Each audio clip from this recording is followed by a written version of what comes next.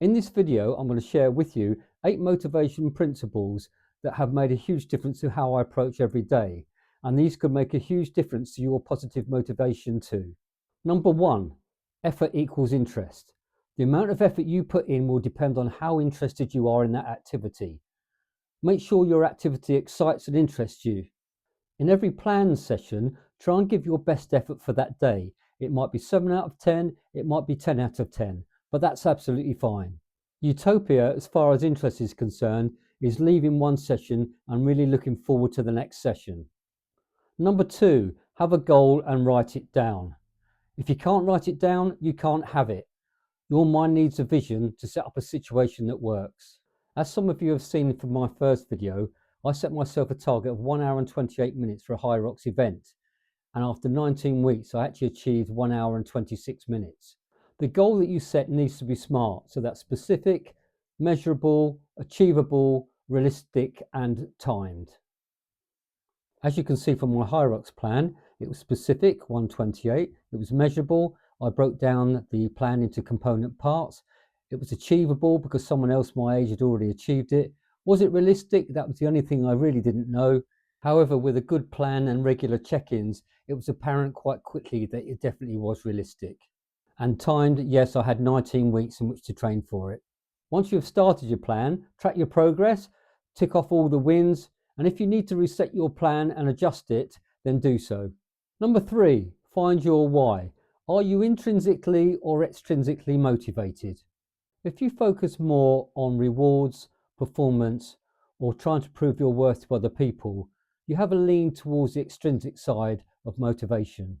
Extrinsic motivation shifts the focus from task to reward, and it is easier to give up compared with being intrinsically motivated.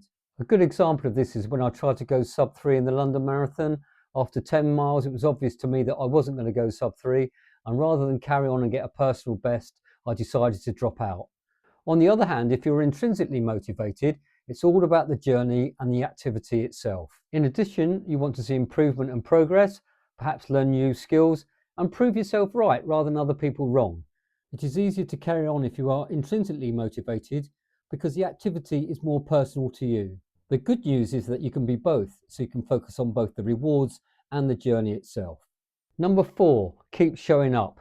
Your daily actions have a compound effect. Just imagine reading 10 pages of a book every day for a year. In a year's time, you'd have read 10 or 12 books over that period. The key thing is about work in progress, not perfection. Small wins, small steps. So how do you keep showing up? The first thing to do is put it in your diary.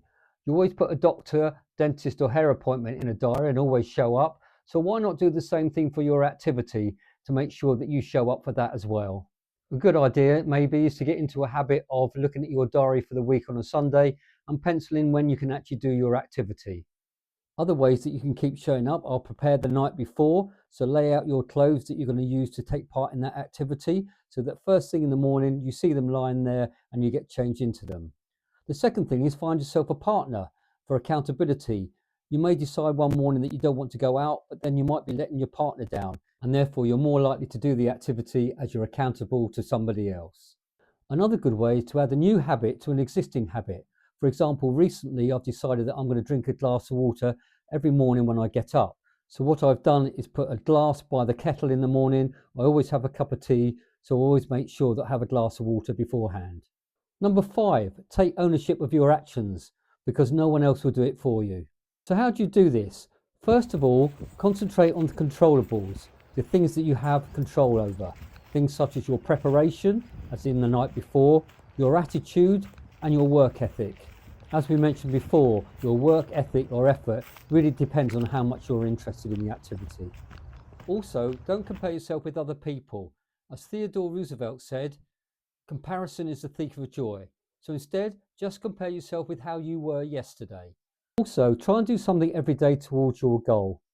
It's really important that even if you can't get out and do the activity you want to, you could spend some time either researching through videos, YouTube, reading books.